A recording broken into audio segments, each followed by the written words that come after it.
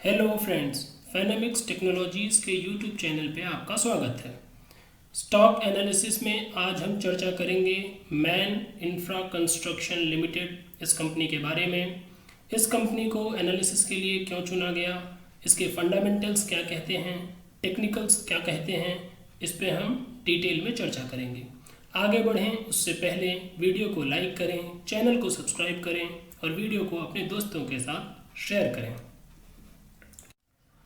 Man infra construction limited ये company construction sector की small cap company है। Company port infrastructure, residential, industrial, commercial और road infrastructure के projects पे काम करती है। कंपनी 6 राज्यों में कार्यरत है: महाराष्ट्र, केरल, गुजरात, वेस्ट बंगाल, गोवा और तमिलनाडु। और कंपनी का हेडक्वार्टर मुंबई में है। सबसे पहले जिस कारण से इस कंपनी को आज एनालिसिस के लिए चुना गया, पिछले कई क्वार्टर से शेयर होल्डर्स लगातार अपनी होल्डिंग इस कंपनी में बढ़ा रहे हैं। तो देखते हैं शेयर होल्डिंग पैटर्न। आप देख सकते हैं शेयर होल्डर्स की, प्रमोटर्स की होल्डिंग जो जून 2019 में 64.26% पे थी, वो मार्च 2022 में 66.79% हो गई है। पिछले क्वार्टर में भी प्रमोटर्स ने यहाँ बाइंग करी है। फॉरेन इंस्टीट्यूशंस की अगर आप होल्डिंग देखें तो वो भी पिछले क्वार्टर के मुकाबले थोड़ी बढ़ी है। डोमेस्टिक इंस्टीट्यूशंस ने भी यहाँ अपनी हिस्सेदारी बराबर रखी है। तो पिछले क्वार्टर में कोई बाइंग नहीं हुई है, लेकिन उससे पहले क्वार्टर में अगर आप देखें तो सितंबर 2021 जहाँ एक 1.48% होल्डिंग थी, तो वो दिसंबर में बढ़ के 1.63 हो गई है।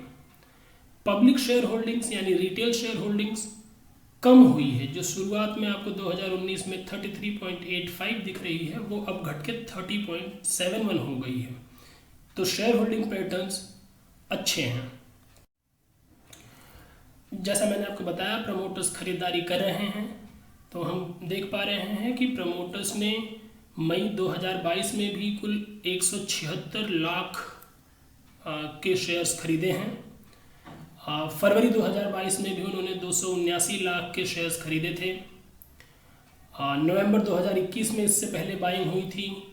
सो आप देख पा रहे हैं अगस्त 2021 से लेके लगातार प्रमोटर्स इस कंपनी में अपनी हिस्सेदारी बढ़ा रहे हैं, जो अच्छा है कंपनी के लिए।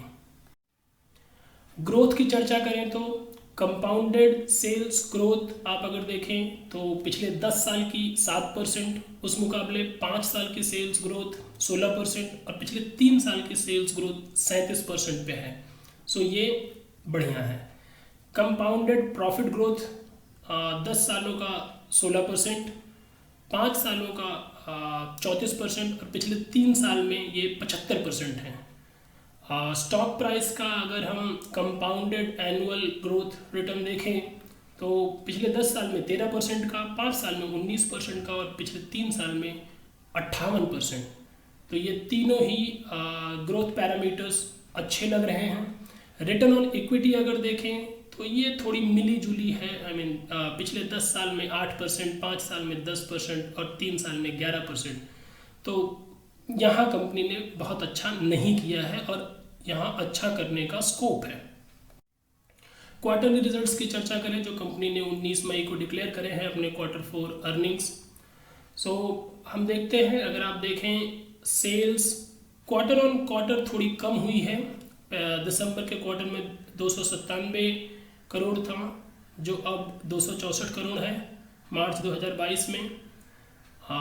लेकिन अब देख पाएंगे operating profit quarter on quarter 44 crore से बढ़ के 55 करोड़ हुआ है। और ईयर ऑन ईयर भी अगर आप इसे देखें तो मार्च 2021 में 40 करोड़ था, वहाँ से बढ़ के 55 करोड़ हुआ है। तो क्वार्टर ऑन क्वार्टर आपको ग्रोथ दिख रही है ऑपरेटिंग प्रॉफिट में। ईयर ऑन ईयर भी ग्रोथ दिख रही है ऑपरेटिंग प्रॉफिट में। प्रॉफिट बिफोर टैक्स भी बढ़ा है और नेट प्रॉफिट में भी इजाफा हुआ है। तो क्वार्टरली रिजल्ट्स अच्छे हैं। फंडामेंटल रेशियोज़ की चर्चा करें तो कंपनी का मार्केट कैप 3,345 करोड़ का है, यानी कंपनी 5,000 करोड़ से कम मार्केट कैप पे है, तो स्मॉल कैप कंपनी है। करंट शेयर प्राइस 90 रुपये पे है। 52 हफ्तों का हाई 134 और 52 हफ्तों का लो 31 रुपये है।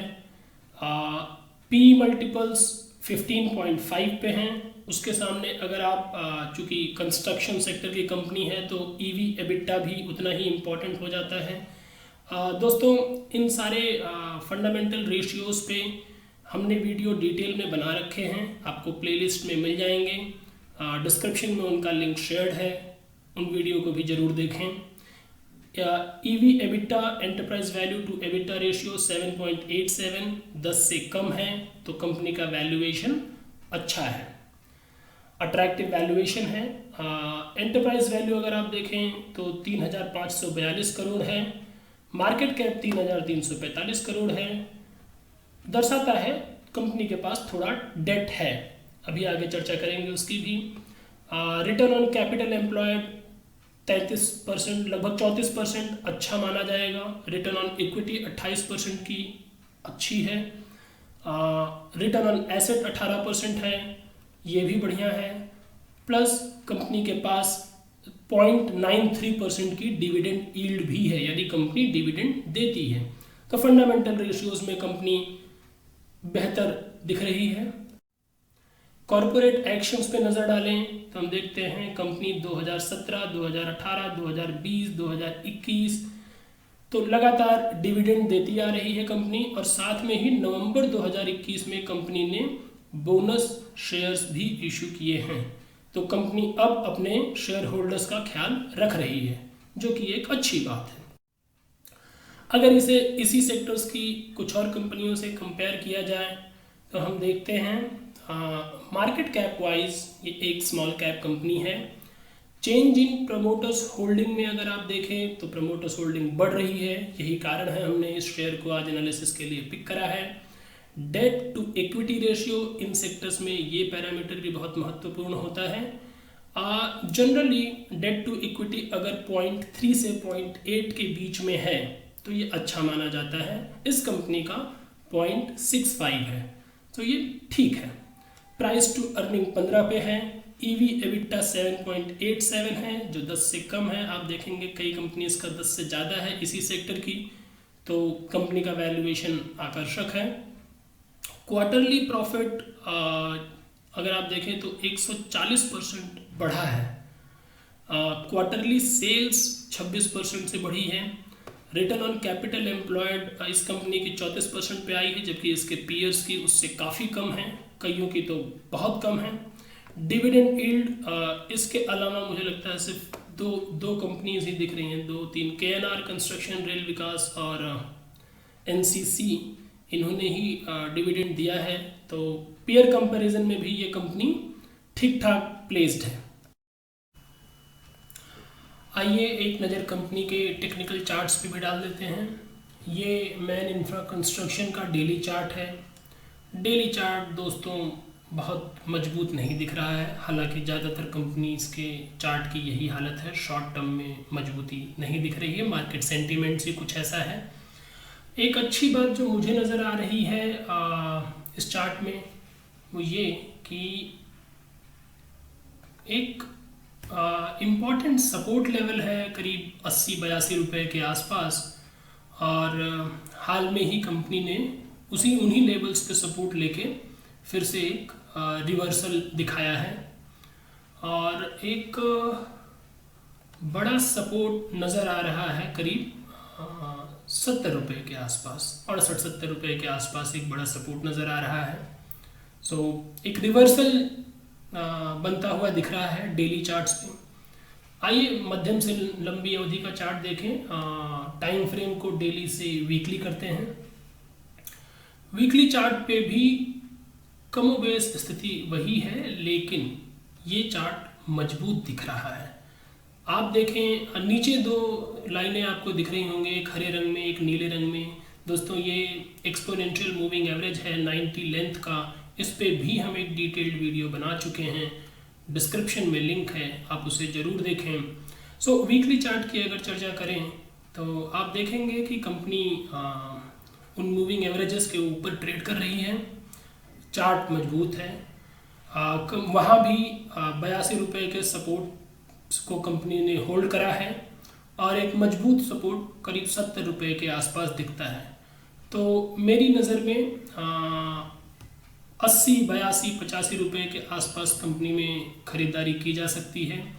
70 रुपये तक चार्ट मजबूत है और मार्केट सेंटीमेंट्स सुधरने की स्थिति में ये कंपनी लगभग ये जो हाइज़ हैं 124-25 रुपये के, इन्हें रीटेस्ट कर सकती है।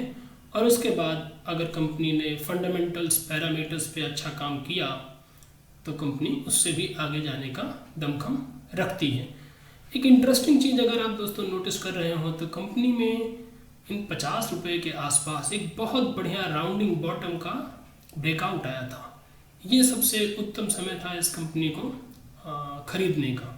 खैर, ये रही टेक्निकल चार्ट्स पे चर्चा। स्टॉक एनालिसिस का ये एपिसोड आपको कैसा लगा कमेंट बॉक्स में ज़रूर बताएं। आपका दिन शुभ हो। धन्यवाद।